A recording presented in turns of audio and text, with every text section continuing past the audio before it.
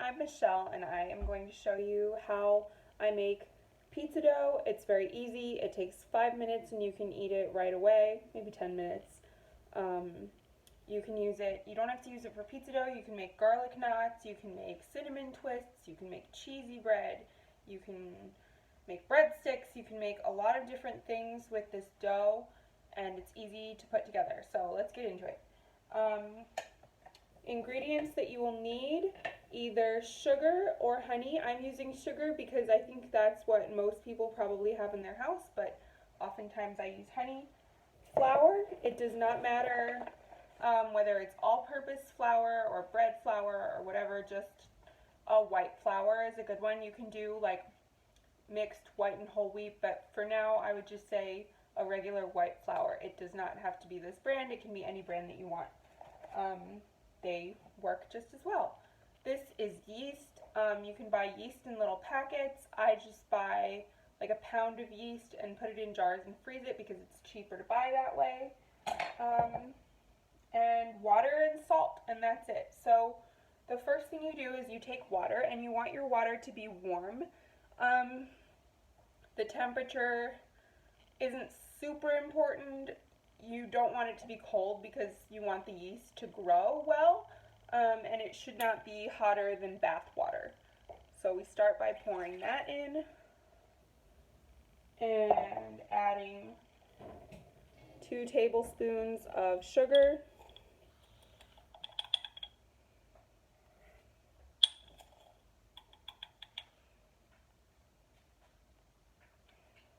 If you were using honey, you would just do 2 tablespoons of honey instead.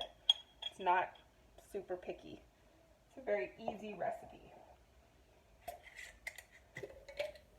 Then you either use 1 packet of yeast, or if you have a large container of yeast, you can do 2 1/4 tablespoons.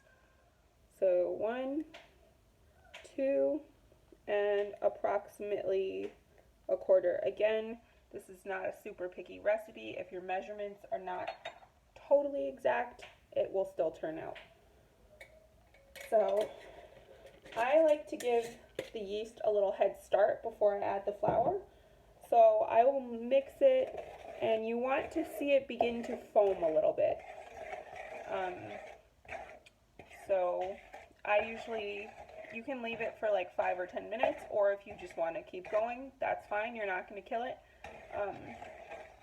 You just won't have as much rise in your pizza crust as if you give it a few minutes. But if you're in a hurry, don't worry about it. Make pizza. So what it looks like now is this, and you can see it kind of starting to foam in these areas, and that's a good thing. That tells you that the yeast is alive and that it works. If you didn't see any kind of foam like that, you would wonder if the yeast was no longer alive, which would mean your pizza wouldn't rise. So the next thing that I add is flour.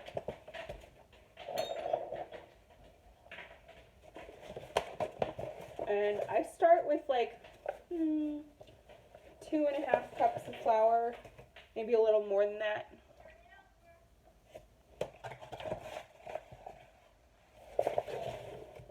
It's like 2.5 to 3.5 cups of flour. You really just go by feel. So what I'll do is I'll start with 2.5. Doesn't have to be super accurate again. And then I get a 1/3 cup out so that I can use it without putting my hands back in the bag, because you're going to want to get your hands in it, because that's the only way you can really feel if it's the right texture. So you can start mixing it with your spoon. You could do this in a mixer KitchenAid thing if you didn't want to touch it, but honestly your hands are the best tools, so I would go with that. Then I just scrape this off and get in there and start doing motions like that, and just squishing all the flour into the water and the dough.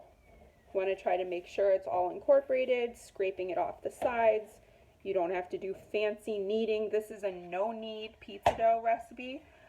That being said, I do kind of like push it down a little bit like that. But it's not. So right now, my dough is like still sticky. I can feel some resistance with my fingers when I do this. So it needs some more flour. And I'll just add a little flour. If you add too much flour, it's fine. Just add a little more water. You'll be fine. It's a very forgiving recipe. The texture that you're going for, it's just like a very smooth, not sticky, kind of good texture.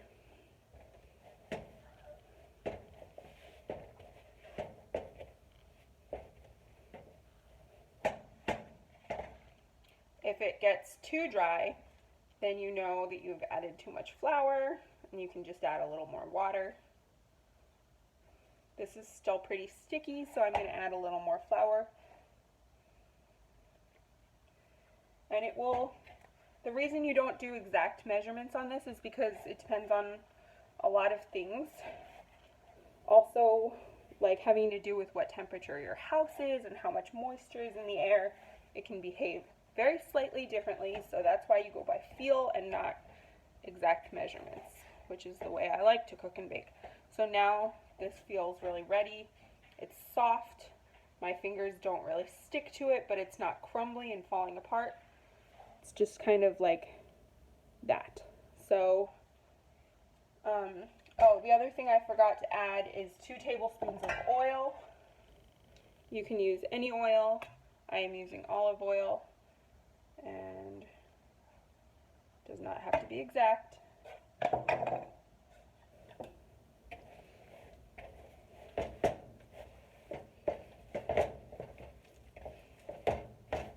I might have to add a little more flour now that I'm putting this oil in, but I think the flour on the edge of the bowl might just suffice.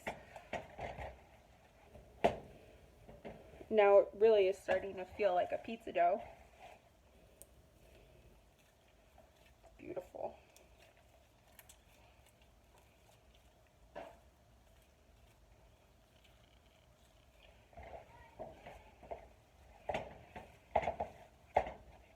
I'm just adding a drop more flour.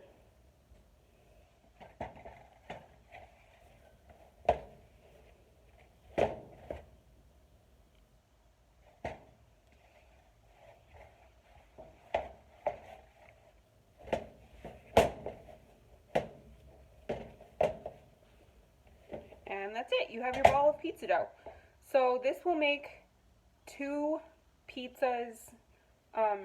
If you split the ball in half and you use a rolling pin to put it on cookie trays, it will make 2 rectangular half sheet pan, I guess, pizzas. Or I don't know what size. I'll show you what size.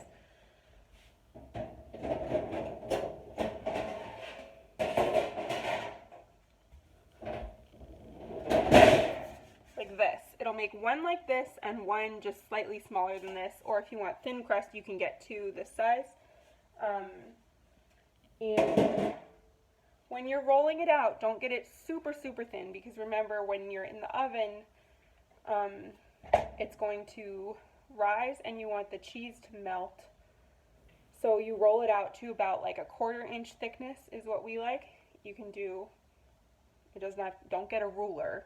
It doesn't have to be exactly that, but like close to a 1/4 inch is what you're aiming for. And then just roll it out. Put your toppings on. You can use tomato sauce and cheese. You can use balsamic vinegar and another kind of cheese. You can do whatever you want.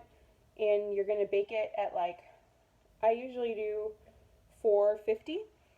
You can, for a lot of other pizzas, you do 500. But since this one needs to rise a little bit and you don't want the bottom to burn before it rises, I do 450, and that makes a really good pizza with crunchy crust and perfect cheese.